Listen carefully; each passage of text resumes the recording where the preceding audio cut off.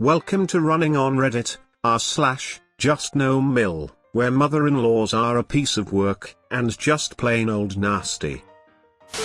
Involved, me, 30-year-old male, wife, 28, mum.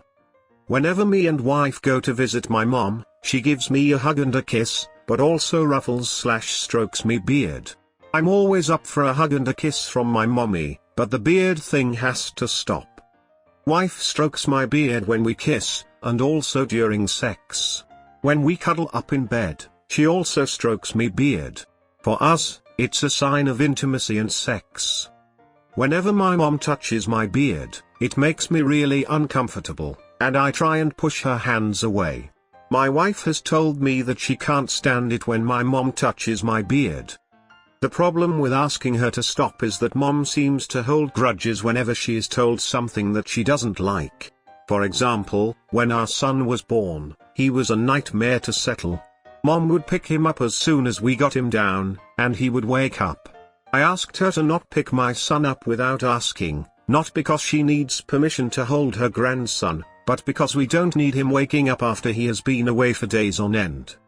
She then would go up to my son, arms outstretched, then dramatically snatch her arms back to herself, and be like, "Oh no, your daddy won't allow me to touch my own grandson anymore, oh how I wish I could touch my grandson," etc. etc.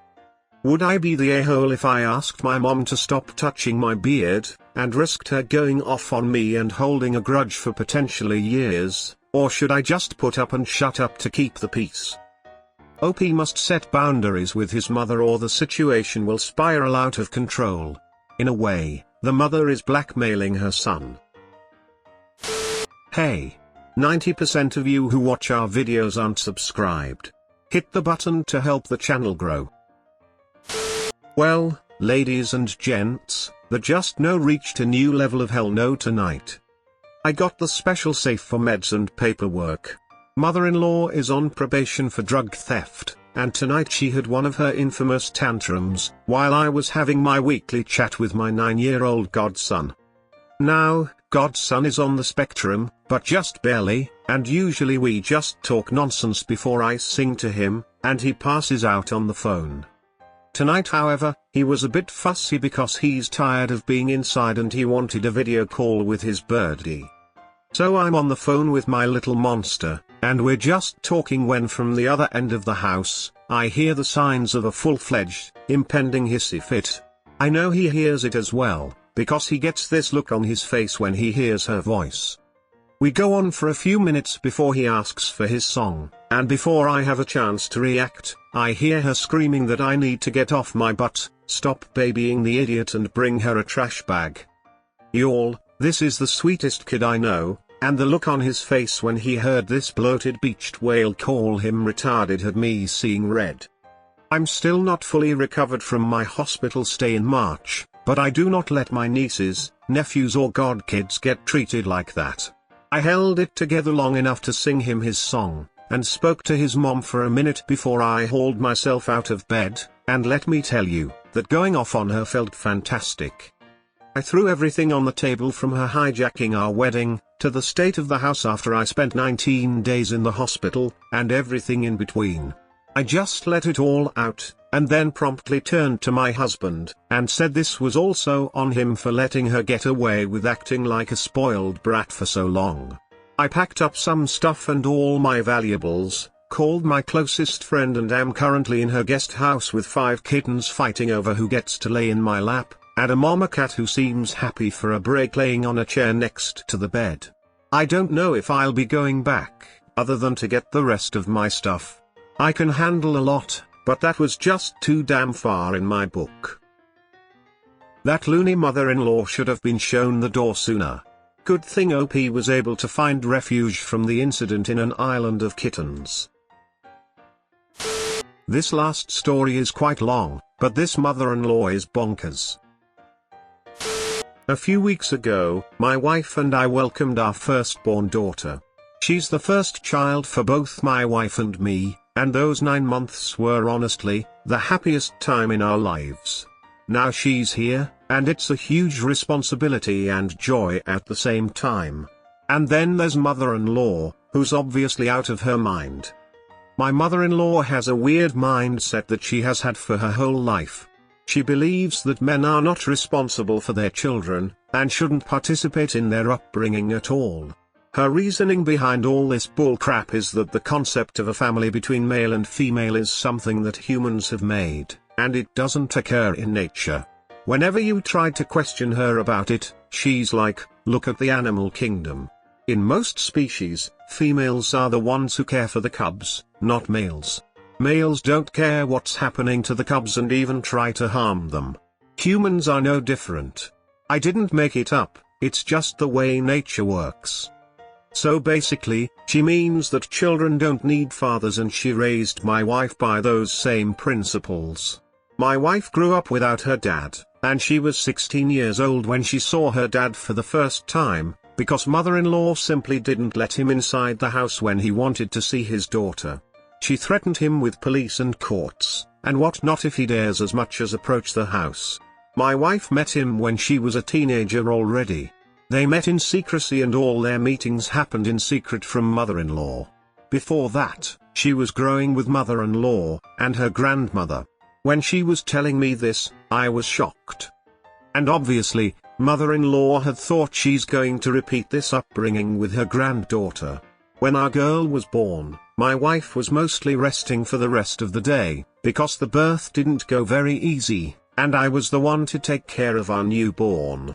Fortunately, she seems to be quite a calm baby, doesn't cry very much.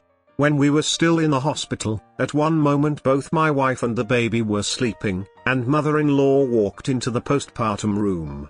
She saw me holding my daughter and was like, put her down. Put her down now. I was like, whoa, mother-in-law, first of all, lower your voice, can't you see everyone here is asleep? And secondly, why should I put her down? I'm the father of this baby, what's your problem? Mother-in-law was acting as if her granddaughter was being held by a tiger or something, as if I could rip her apart at any moment. My wife woke up from mother-in-law's screeching, quite irritated because she was still in a bit of pain, and asked mother-in-law what is going on. Mother-in-law said, look what's happening. While you're laying there like a dead fish, he's handling the child. The child should be with you. Okay, mother-in-law, I understand that you could probably run a marathon right after giving birth, but most women feel tired after such work. My wife was like, what do you mean he's handling the child? Of course he is, he's the father after all. Let him bond with his child and you go away. Now we're home and doing very well. However, mother-in-law came to visit us this morning, and seemingly, for the last time. As soon as she came into the house, she was like, you're still here? Why are you here? And then she turned to my wife like, why are you allowing him to be here? Haven't I taught you anything about living with men? I said, okay, mother-in-law, what's your problem, really? Have you forgotten that your daughter and I are married? Where the hell are you expecting me to go? We're a family and I'm not going anywhere. Mother-in-law was like, I don't want my granddaughter to live an abnormal, unnatural lifestyle. Most of the animals know that males are not welcome near the cubs, and females teach them everything they need to know about life. Look at the lions, for example. That's why I'm here, and I'm going to help my daughter to raise her baby. You are not needed here. She's a girl and you're a man. What can you possibly do for her? What can you know about her? Well, mother-in-law, we're not lions, are we? What do you mean I'm not needed here? It's like, thank you for your skeet, now you're free to go.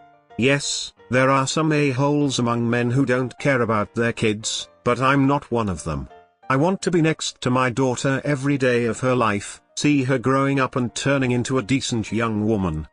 My wife is dealing with a bit of a postpartum depression now, nothing severe, but she's feeling a bit down. That's why I don't want her to deal with her mother's insanity on top of that. Mother-in-law didn't care about that at all, claiming that my wife had the happiest childhood ever and now she wants the same for her grandchild.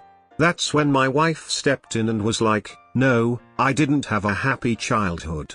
All the other kids had dads and I didn't, and I couldn't understand why. I had trouble to make a relationship with men because I never had a man to look up to, which only got better after I met my dad. I'm not going to do the same thing you did to me. My daughter will have a father. Mother-in-law insisted that girls who are exposed to their fathers grow up to be violent, rude and non-feminine because those are the qualities of men.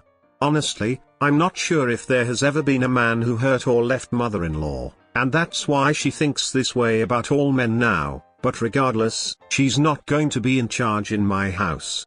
So I told her to turn around and walk out the door, because what the hell does she think she's going to do? I'm the father of this girl, my name is on the birth certificate, she cannot take my child away from me. This is my house, this is my family, and she's not going to command around here. Not happening. I don't think I even want her to see our daughter, as she might try to tell her dad is this unnatural monster who inveigled his way in the female family when he should be gone. Mother-in-law thinks she has a say in my family. She doesn't, and I'll make her understand it one way or the other.